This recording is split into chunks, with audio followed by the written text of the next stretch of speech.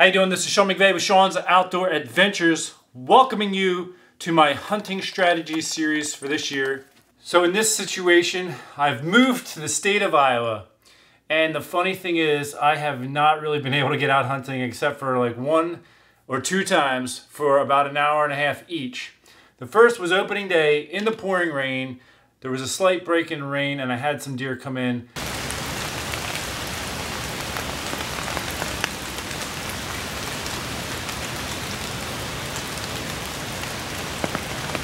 Let me share with you why I picked this location and what you can learn from the deer behavior in this hunt. First and foremost, I'm hunting along there's sort of like a ridge that drops down into a valley and then goes back up another hillside over here. Yes, it's Iowa, but there is topography here, folks. And in this particular spot, there was a draw that came up the ridge side, which made it a preferred travel corridor. So I look for topographic variants to pinpoint deer travel corridors.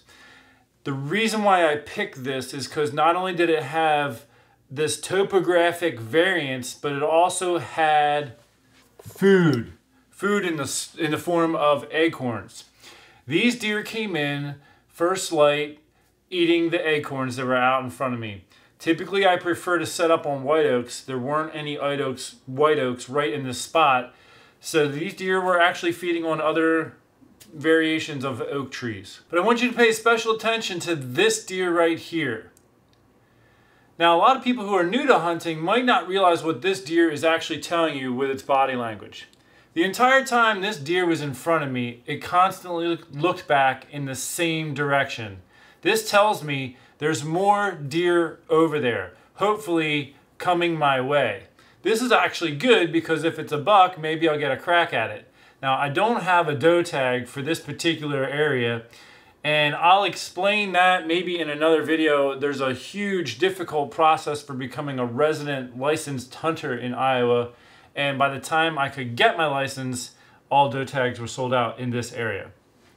So, I just wanted to point this out in your hunting strategies. 1, look for travel corridors that incorporate food, and 2, when you see deer, don't just get excited that there's deer around you, but study their body language.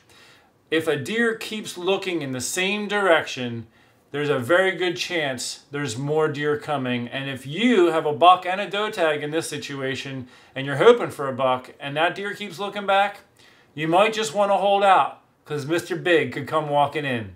Thank you guys so much for tuning in to the hunting strategy series. I got some more coming up. Also, if you're not aware of this, I started a new YouTube channel called the Map Reading Challenge, which portrays the challenge hunt that I've started over the years. Please check out that channel as well. I will put a link for it in the description section of this video. And make sure you see more of these hunting strategies series videos that I'm putting out throughout this season. Until then, take care. Can't speak today. Take care and God bless you. Praise the Lord.